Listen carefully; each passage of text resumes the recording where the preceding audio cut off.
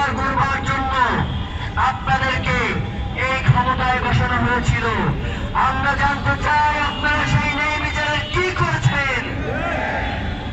গতকালকেও আমরা দেখেছি জুলাইয়ের সন্ত্রাসীদেরকে আপনারা জামিন দিয়েছেন। মাননীয় আইন উপদেষ্টা, আপনার কাছে জানতে চাই, আপনার সামনে মাননীয় বলতে আমাদের লজ্জা হয়। আপনি এখন আর মাননীয় নাই, এখন জঘন্য আইন উপদেষ্টা হয়ে গেছে, এখন ছাত্র আইন উপদেষ্টা হয়েছে। আপনাকে যখনই বলি যে এই ব্যাপারে আপনার মন্তব্য কি, আপনি বলেন বাবা এই কাজ তো আমার কাজ না। তাই এই কাজ কার সেইটা আপনি বলেন।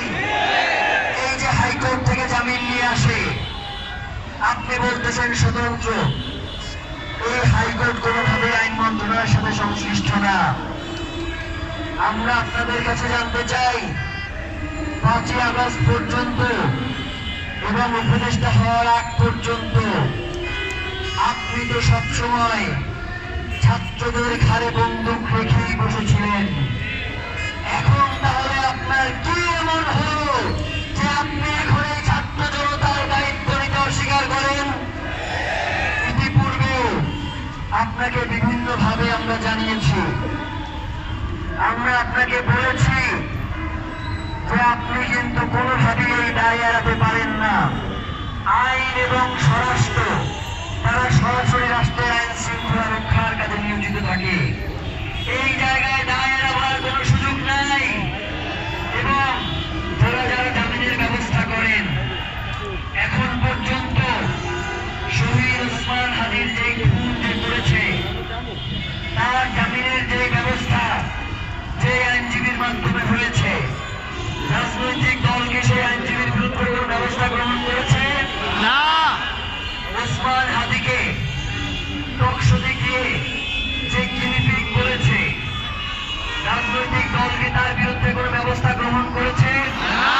রাজনৈতিক দলকে তাকে বহিষ্কার করেছে না। সুতরাং একই সাথে দুই জায়গায় খেলতে যাবেন না। আপনি জানাজায় আসবেন কিন্তু বহিষ্কার করবেন না, সেটা হতে পারে না। আপনি কবর জিয়ারতে আসবেন কিন্তু বহিষ্কার করবেন না, সেটা হতে পারে না। আমরা শহীদ প্রেসিডেন্ট জিয়াউর রহমানের যে বাংলাদেশ, আমরা সেই বাংলাদেশকে দেখতে চাই। আমরা বেগম খালেদা জিয়ার বাংলাদেশকে দেখতে চাই। আমরা কোনোভাবেই নীলফামারীর বিএনপিকে দেখতে চাই না। আমরা কোনোভাবেই কায়সার কামালদের বিএনপিকে দেখতে চাই না। আপনারা আমাদেরকে সহযোগিতা করেন। গতকালকে বিএনপির সাবেক মহাসচিব যিনি ছিলেন, তার পুত্রবধূ এবং পুত্র দুইজনেই আসছিলেন। তারা আমাদের এই আন্দোলনের সাথে একাত্মতা পোষণ করে গেছেন। আমরা তো এমন বিএনপিকে ধারণ করি। আমরা চাই, যেহেতু আমাদের সাংস্কৃতিক আন্দোলন, আমরা চাই আজকে এখানে জাসাদ আসবে, আজকে এখানে সাইনু আসবে, আজকে এখানে কলম আসবে, আজকে এখানে বিপ্লবী সাংস্কৃতিক ঐক্য আসবে। আমরা চাই কোন দল, কোন মত, সকল কিছু উঠতে গিয়ে এই জনতাকে আপনাদের প্রাধান্য দিতে হবে। বিএনপির কথা বললাম, জামাত তো আমার শ্বশুর লাগে না, কোনো ভালো লাগে না। জামাত এখন পর্যন্ত সরাসরি এখানে এসে এই আন্দোলনের সাথে একাত্মতা জানিয়েছে।